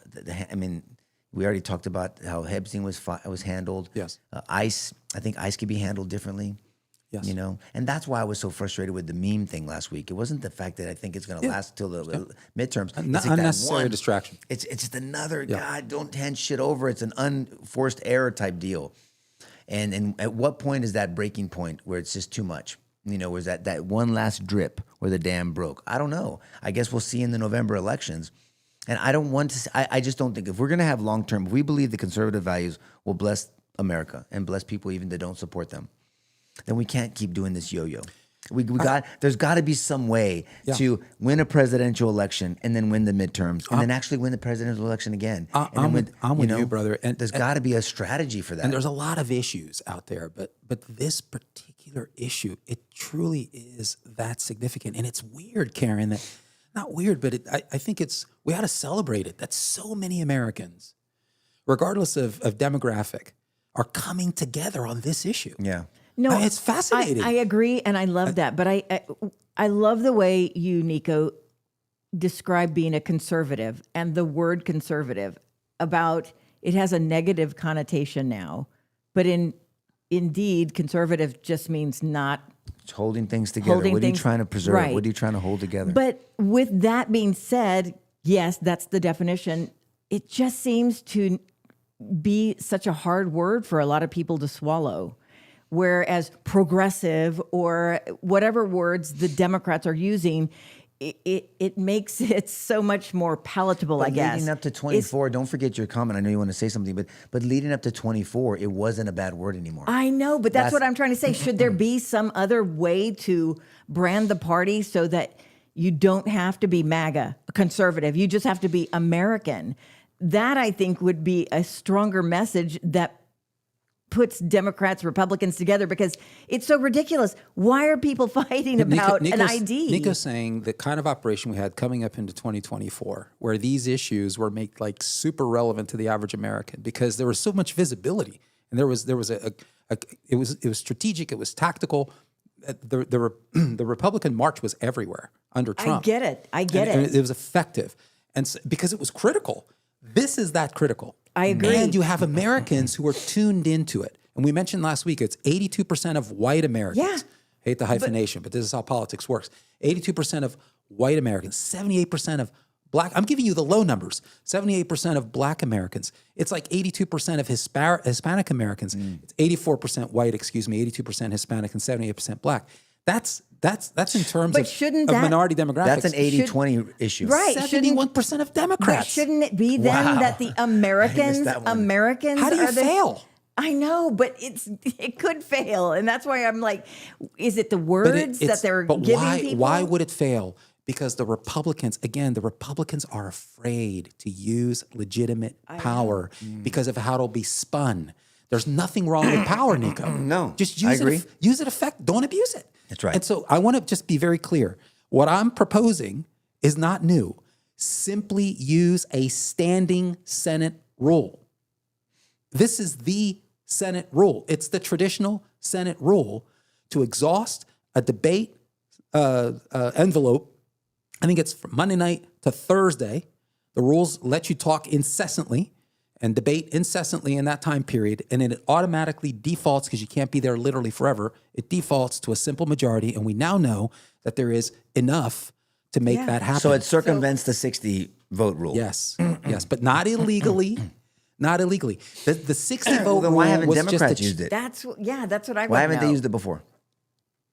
Well, you had Ted Cruz. Your example is Well, Democrats but using when it. he was done, then they voted and they went to simple majority. Yeah, Oh, okay. yeah, absolutely. Yeah, So Ted, then that was not a successful So endeavor. educate me on this. So the 60 vote rule is just convenience. Yes, it is. That's exactly right. It's Right? a lazy workaround that nobody wants to sit there.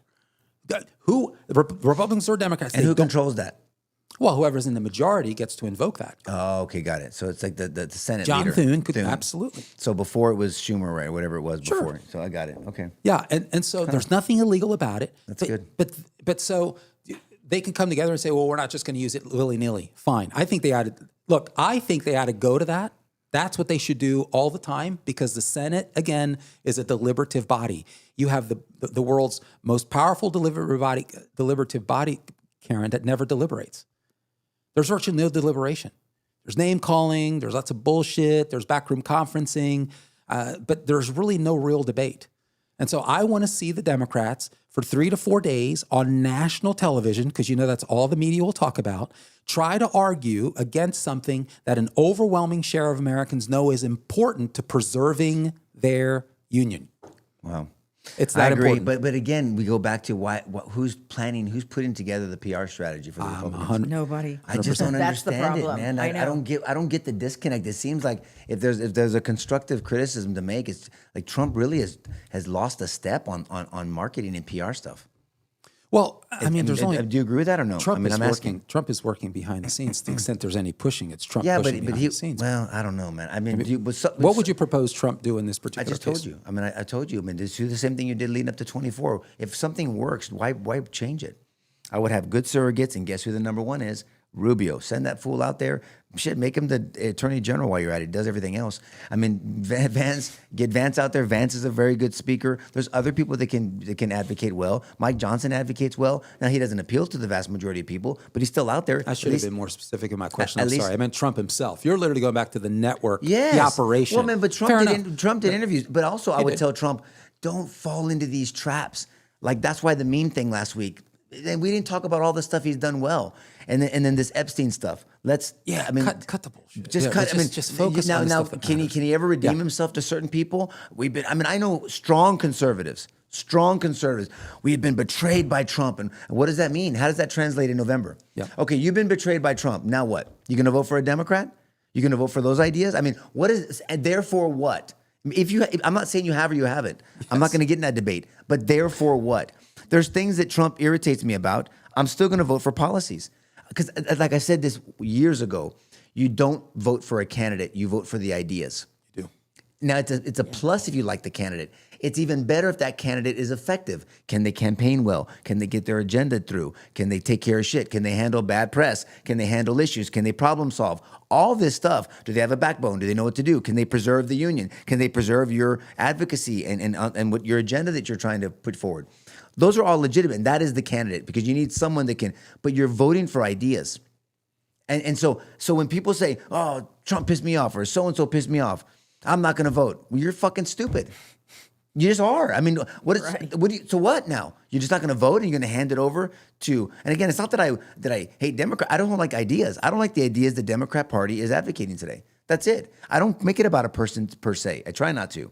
It's about the ideas. So I'm just so frustrated because I want success. Yeah.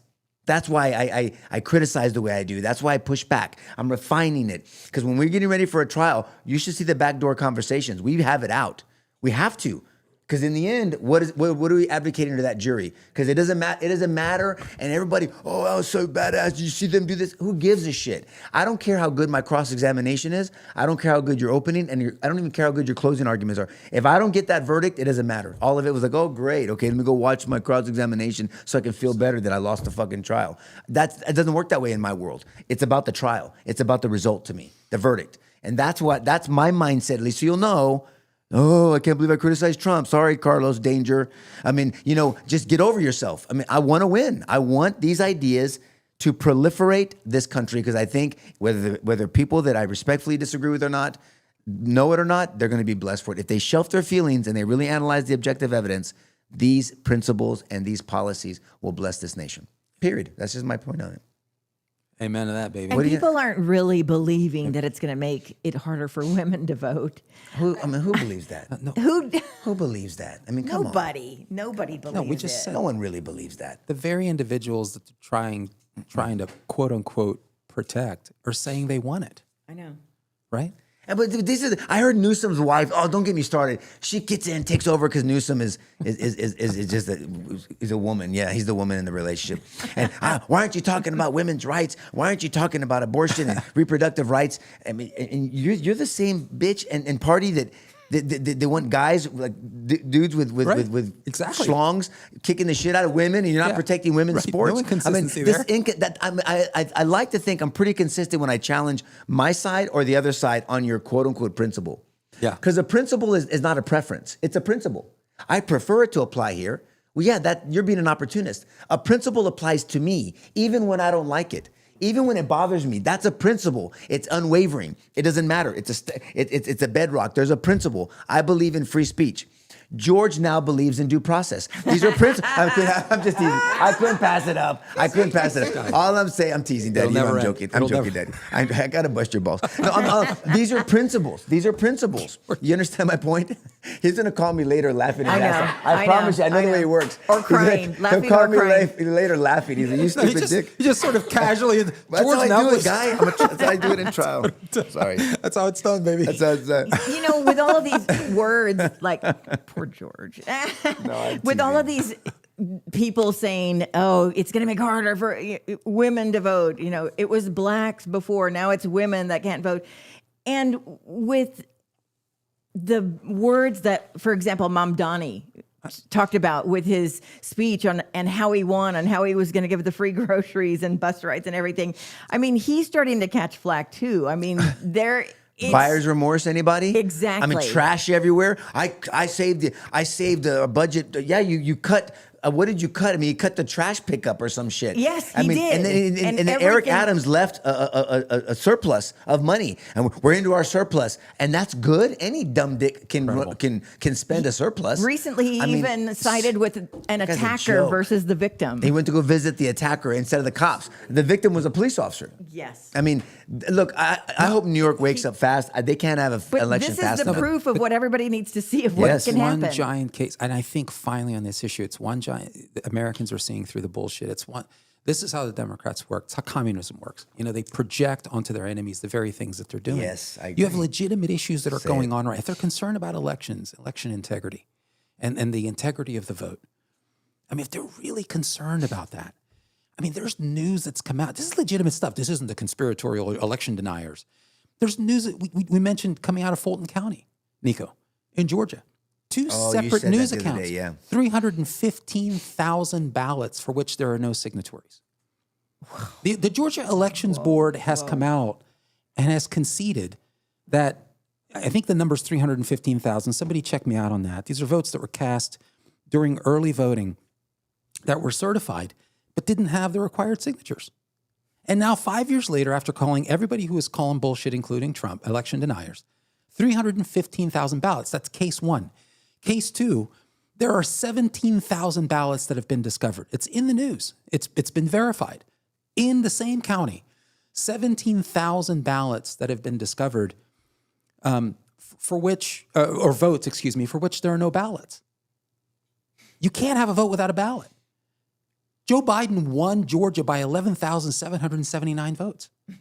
So Joe Biden did not win Georgia. Arizona, Maricopa County. Is there anyone listening, whether you're a Democrat or Republican, who hasn't heard about the shenanigans in Maricopa County? Yeah. It's the largest county in Arizona. 62% of the population in Arizona is in Maricopa. Of Arizona population is in Maricopa. So see, it matters. Can I say something? I want to say something about PR and Trump again in a second, in a constructive way. I want to hear this, but this is my point. Well, that just came out a few days ago. It's not just Georgia. I was just going to say it's Arizona. I've heard Trump take criticism, and I know why he does it. I'm trying to defend him, but I would give him a suggestion. Why he keeps bringing up this crooked election and all this other stuff, and I didn't lose the election, and it's crooked. I mean, he says all that stuff, and people say, let it go, dude. Are you serious? Let it go.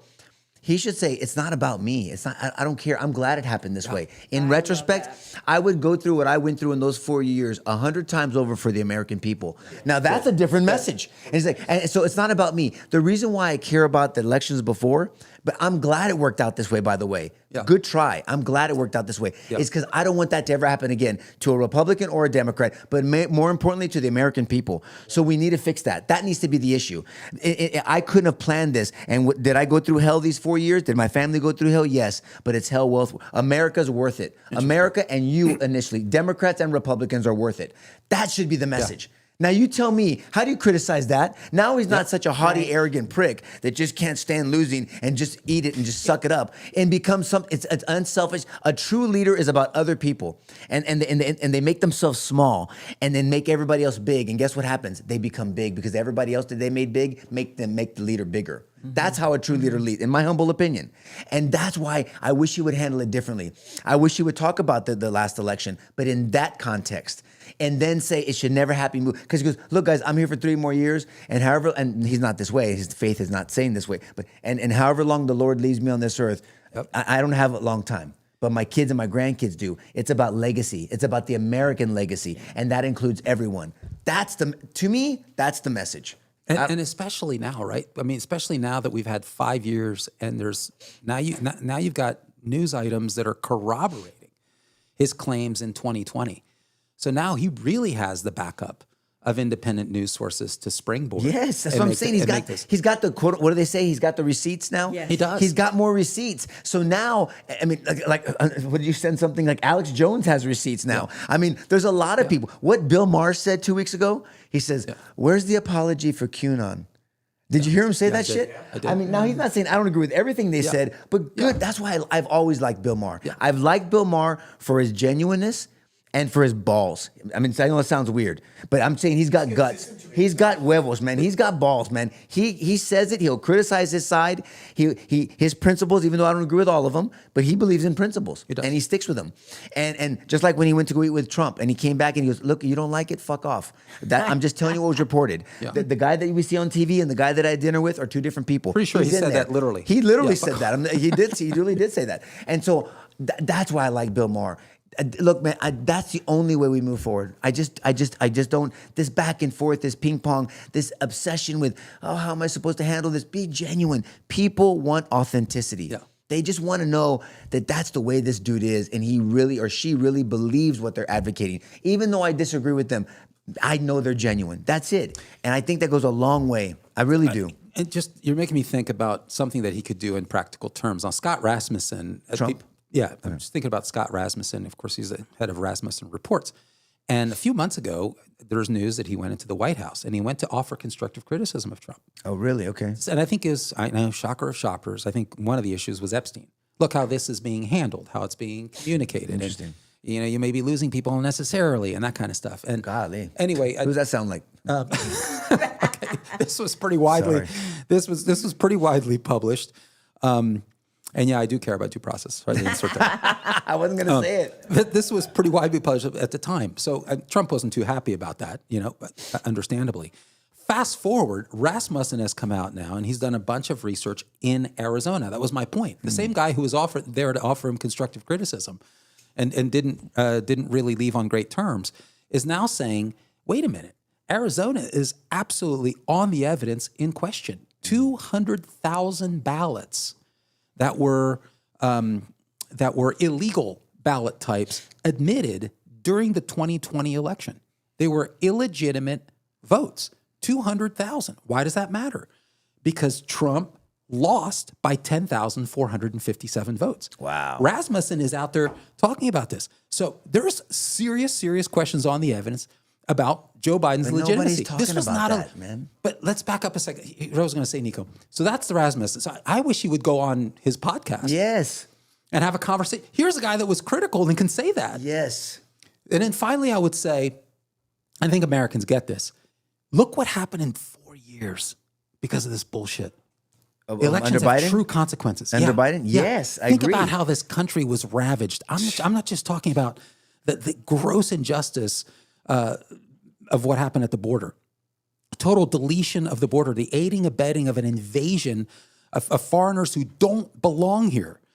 Truly, gutting Americans of their resources, stealing the vote, coming in, not mandated vaccinations. Everybody else is losing their jobs. Americans have to get vaccinated, but not the illegal guy coming across the border. There's insane. Injustice after injustice. The wars. I'm just thinking about the Ukraine, the wars that were started. We've got over 1 million dead just in Russians. All of that could have been avoided. It's incalculable that the loss in human bodies. An election is that consequential. I think Americans get it. Republicans can't afford, Nico, just on morality alone. They can't afford to let this just sort of. But that's why I push so hard and why I'm so critical. I mean, it's all constructive. I mean, I don't want to just be critical for the hell of it. I don't give a shit about being right. I want us to be effective. Human cost. There's a real human cost. I mean, to this. in trial, if you think you're right and I'm right about this, and you don't listen to counsel and your co-counsel and your experts or whatever, you're going to lose the trial. It's not about whether you want to be right. It's about I want to be effective because guess what? I'll be right when I get that verdict back. Again, I'm go back to that's my mindset. And to me, the verdict is the vote. That's it. To me, verdict is a vote. And the vote, if we don't get the vote, we don't get the verdict. Doesn't matter how good your presentation was. But speaking of true racists, I know you wanted to talk about this. We got to talk about Gene Wu. I mean, please go over that because I missed out on that whole. Who? Yeah, shut up. Woo. Who? Woo. Gene Wu. We want to talk about who? Woo. Talk about exactly what he said. And was this a current He's a state comment? rep in Houston. Yeah, but was it a current comment? A comment? Oh, okay. Right? That's what I wondered. It was a recent comment, right? He made the comment I think in late 24. Oh, wasn't recent? And it's just now being. It was a 2020. It just I now think came it was 24. out. Yes. I'm sorry, that's Karen. what I was You're wondering. Right. It was. I was trying to find the clip. Okay. But it was definitely recent reporting, older comment. Yes, that's exactly right. Okay. And he was attacking the white race, and this is common. We talked about, and especially back then. People should go back and listen to the R-rated episode with Pastors Marquise Cox and Mo, his brother, this past Thursday, because we addressed this idea of racism in the country where we are right now, race relations, and how there's a tendency to sort of go after fake racism or the appearance of racism and build political power or political mandate on those things. Meanwhile, legitimate instances of racism are blown off for political power. Yeah. And then we put a lot of that onus on the church for being silent on those legitimate issues. It's an important episode. Go back and listen. I think you'll get a lot out of it. But this relates to it in the sense that this guy isn't an isolated instance. This is a mantra out of the Democrat Party.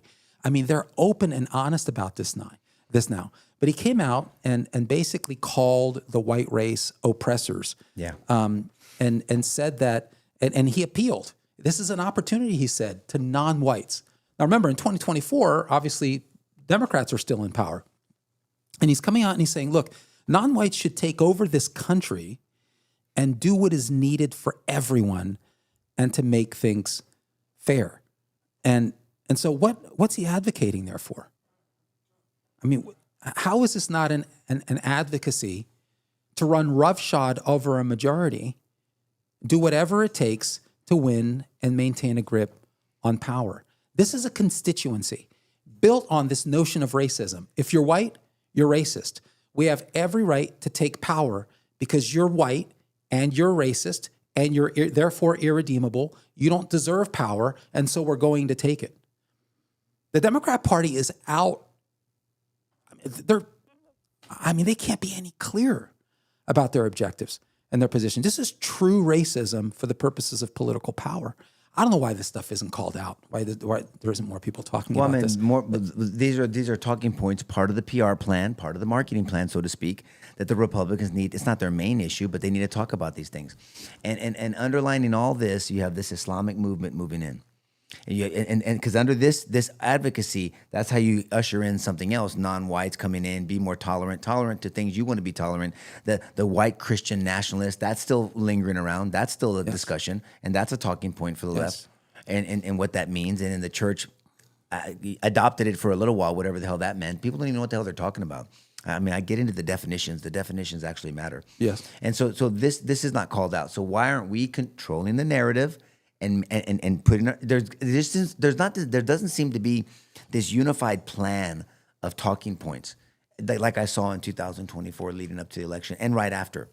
I mean, those 6 months after, I thought everyone was unified. People were just, and I knew it was going to be a honeymoon period. I get it, but you got to be prepared for when the honeymoon's over. Nico, but we touched this on our rate a little bit, and I think politically has serious implications. I think it's now. It's a lot of it's about damaged goods, just psychologically. I think that white Europeans are conditioned to accept their own ethnic and racial replacement, to be honest, in the country. And you've got everywhere from Republicans to religious figures we touched on our rated again that have come to accept it.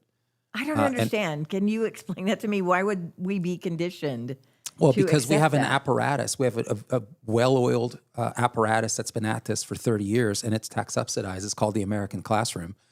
And so you have Americans that are, and look, I keep bringing it up because it's the commonality.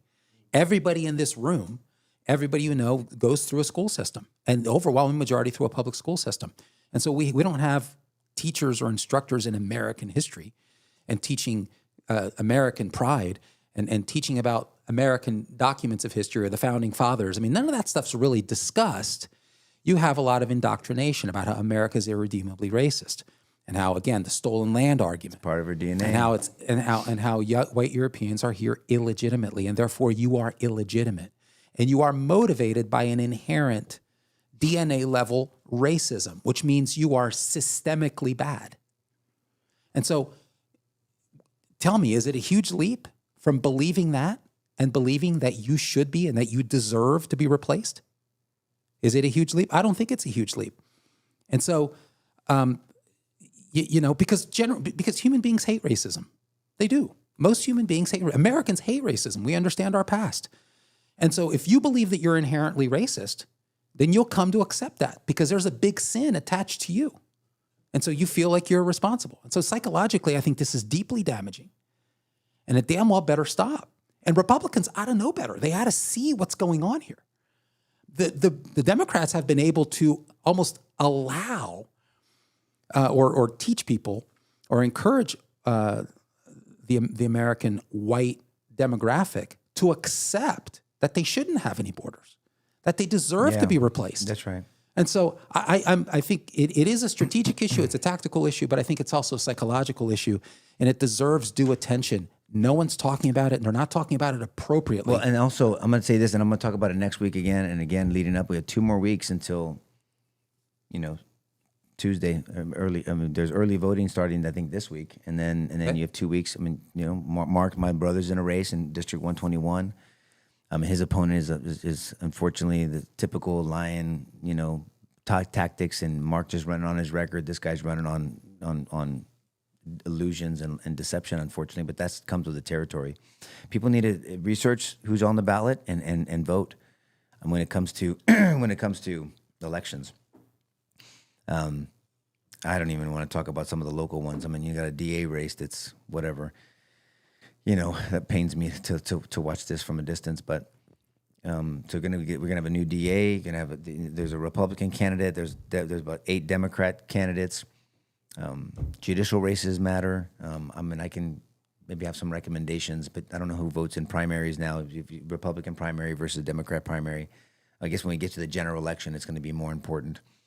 But for my brother, for sure. I mean, you know, I'm going to be biased, but I tried to get him on today, but he's block walking. He's out there pressing the flesh and you know, that's important. Talking to people, and you know, he's feeling good. He's working. You're not going to outwork that dude, man. That guy is a block walking fiend.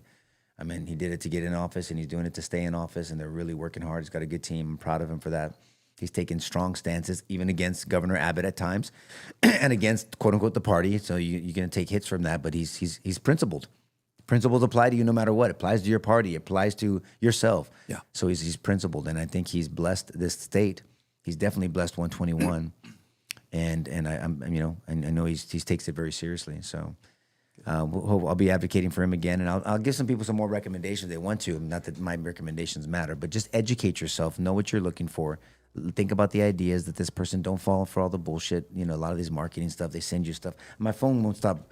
I'm gonna get text messages and huff this and so and this and you know so and so's a Soros guy, whatever, man. I mean, just do your own research. I'm not gonna listen to a text message. I'm gonna listen to my own research. Yeah. What about Judge Sakai running against Nuremberg? Well, Ron's running against Sakai. Yes, right. I mean, Sakai's the man to do it. I mean, the Democrat Party. I need for you to say that because people. Well, I hope people. It's name recognition, and that kills me. That some people say, "Oh, I don't know what's going on, but I've heard of him."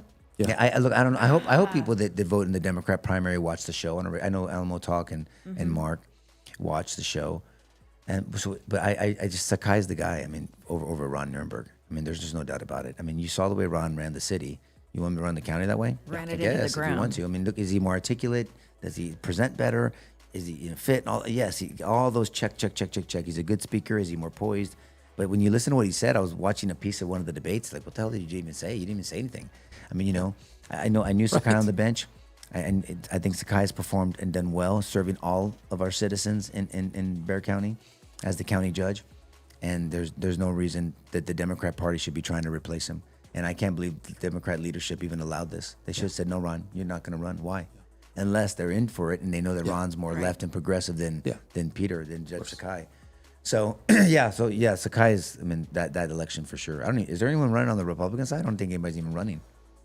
Isn't that terrible? I don't know. Well, look, man, the Republican Party here locally better get their shit together if they ever want to win a race. I mean, think about it. I've said this before, and I guess we'll end with this.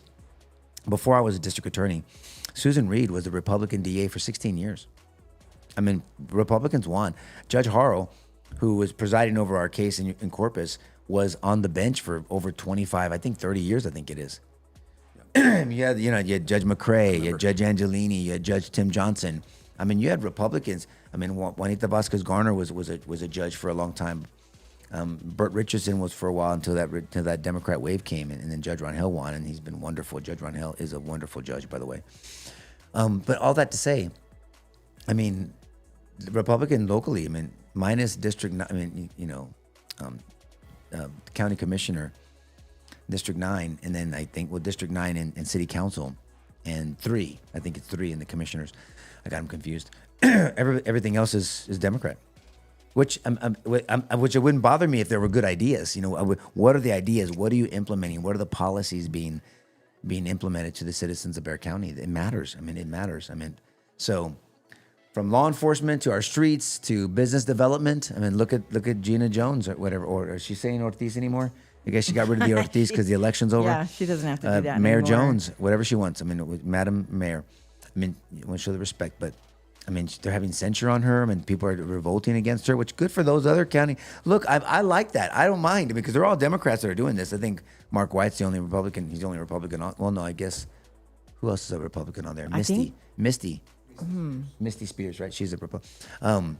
But good for them. I mean, you know, I mean, that's a check and balance. I mean, obviously, Mayor Jones is not leading well. That hasn't happened since a long time. But all I'm saying is elections matter. What I want is someone who's going to be genuine, who's not going to be afraid to speak the truth in love. Ephesians 4:15. Do it without timidity. 2 Timothy 1:7. Have courage, ganas, as we say, and be held accountable to the people and do what's right. There's a sign I had in the office when I was DA, and I have it in my office now. Do what's right, not what's easy. Just do what's right. Now, we can have a separate discussion on what's the definition of right? But still, I mean, I think people are starving for authenticity. And so we want authentic, genuine people running our governments, and make themselves available. And don't just tell me what I want to hear. Tell me the truth, and then stand by it. And be open to listen to people that you don't agree with, and work with people you don't agree with. And don't be afraid to buck the system, buck your party, buck your side, buck your tribe, whatever. If it's standing on a principle, that's the only way we win, man. I mean, as a society, locally and nationally. So that's my prayer. To be honest with you, is unity. May it become reality. Let's see what happens. As we wrap up here, I just wanted to give some of the topics that people were throwing out there, and maybe we can address them, not as an entire new show, but a lot of people were wondering if you had any comments about San Antonio, I guess ICE purchasing that warehouse for illegal immigrants to be held. And there's been a lot of discussion on whether or not that is a smart thing. Also, the El Paso airport got shut down. They said it was going to be shut down for 10 days, and there was no explanation of why there could be no air traffic in and out. That's crazy. That was I nuts. saw that. I didn't look into it, but I saw that. I mean, what's do you know what the I thought there was explanation an was? anti-drone. There finally was an explanation. What was it, George? Yeah, some sort of anti-drone operation, or and I thought Against the cartel. They were practicing. and I thought Mexico was implicated in it. Yeah. Okay. And so it was temporary. But I mean, if that's indeed the case, then you could see why airspace would have been shut down under the circumstances. Yeah, just nice to hear somebody's doing something about it. Also, the Nancy Guthrie kidnapping, and if anybody has any thoughts on that. Well, look, that's an interesting. I'm not following that one. I see little snippets. But there's too many topics to follow, and I actually have a job, so it's tough to watch that one. Yeah. Look, I don't know what's going on with that lady. I mean, there was a ransom note. There wasn't a ransom note. There's another new suspect now. There's some guy with a mask on. There's blood drops. There's actresses and actors, and there's people are all kinds of conspiracy theories, and because she's the one that. Back to Epstein, that she's the one that gave a platform to people to speak out against that, and so now they're getting her back, and there's all kinds of theories out there. I don't know. I also heard a conspiracy theory that it was an illegal, and they're not going to say it was an illegal that killed, because that's ABC, and ABC is like never going to say that an illegal. But it doesn't matter what ABC cares about. Law enforcement, whoever's running it. True, but that's what's her name? Savannah Guthrie's station. Or affiliation. They can avoid it all they want if that's the case, but who knows the truth? I mean, look, the chances of this woman being alive are lower. Oh yeah. I mean, with her medical issues and her age, and they're lower. It's just unfortunate. You don't want to see that happen to anybody. It's terrible. And look, I'm glad Trump called her. Trump called her, and she has been no friend of Trump, and you have to admit, President Trump's gracious that way. I think he's gracious when he needs to be gracious. He's got a lot of flaws, but he's got a lot of positives too that you have to give him credit for. I mean, he called her, which there's a humanity side to this. Yeah. And that's this lady's mom, and don't ask me about Erica Kirk though, solo. But I mean, but this is it seems like there's a genuineness here, and I, you pray for her, and I love that this lady Savannah is asking for prayer. So she's a woman of faith apparently, and so I hope the Lord comforts her no matter what the outcome is. But I would love her to get her mom back and to go meet the Lord on her terms versus some animals' terms that kidnapped her. Oh, and then I can't remember who mentioned it, but I have to remember who it was.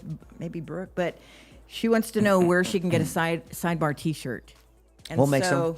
We should make some. Okay. Yeah, if we have sponsors, we can we have have a couple, and we're getting that all. We'll get some merch. Yeah. I think it's important. Those are nice T-shirts. Yeah. We can make some T-shirts and maybe some coffee mugs. Yeah. Things like that. Just stuff that's practical. I don't like merch that's not practical. Yeah. Maybe I don't know if a cap will work. This is Mia Marcos, by the way. This is a great pizza joint. Our friend Derek Sanchez got a wonderful story. Great pizza. What is it called again? Mia Marcos Pizza. Marcos Pizza. It's out there off 35. Shirts. And shirts, yeah. There he is. He's 4-time world champion from a food truck. Okay. 4-time I need to legitimate know world about these champion. Yeah, things. 4-time legitimate world champion from a food truck. Impressive. Mia Marcos. And he didn't pay me. He paid me with his friendship and his love. He's not a sponsor, but man, Mia Marcos Pizza is great pizza, and he's a great dude. Him and Magali, and they have 2 children, one of Marco and Mia. That's his kids. That, yeah. Yeah, nice. Great story Love behind it. Mia. I'll tell you real quick. I'm gonna brag about him. So Magali was pregnant with him, with Mia. And Marco was already born. And they were told that she had tubal deficits. If I screw up the story, Derek, and he's listening, correct me later, please. And they said there's a good chance that she will be born with Down syndrome. and no arms and no legs. And then the doctor suggested termination. and Derek's a PT by trade. I mean, this whole pizza thing was a hobby for him. He ended up winning 4 world championships. But never done before from a food truck and never from San Antonio, by the way. These are legit world champions. I'm up against Boston and New York and Chicago type competitors. But him and Magali, she was trained under to be a physical therapist assistant, and he's a physical therapist, a doctor in physical therapy. And they made a quick decision. They said, look, if God wants us to have a child that has Down syndrome and no arms and no legs, he couldn't give him to a better couple. I mean, a PT and a PT assistant. Long story short, Mia has very, very workable and usable arms and legs. I mean, she's a bundle of joy, but she does have Down syndrome. And so we have many talks, raising a special needs child. But Derek and Magali are wonderful people. He's a great dude. And they have great pizza, by the way. So Mia Marcos Pizza. No charge for that. Lovely. Lovely. Yep, I'm going to call people. them because they need to be a sponsor. Sorry. Well, Derek. Yeah, I mean, you can call him. All right, guys. Thanks for joining us. Salo, we're good? All right, we're out of here. Thank you for joining us, guys. Well, share this with someone you think may benefit from it. We enjoy your comments and your feedback, and we'll try to get back with you as much as possible. And look, we're open to suggestions. We want guests on here. We want people that disagree with us. We're open to all those conversations. We think conversations bless people because they teach you and they have you work on critical thinking about your position. Can you advocate it? Can you defend it? Can you change someone else's mind? That's different. All right. All right, God bless you guys. Have a wonderful weekend. And happy, as my wife says, happy Love Day. Nice. Happy Love Day. God bless you guys. Bye-bye.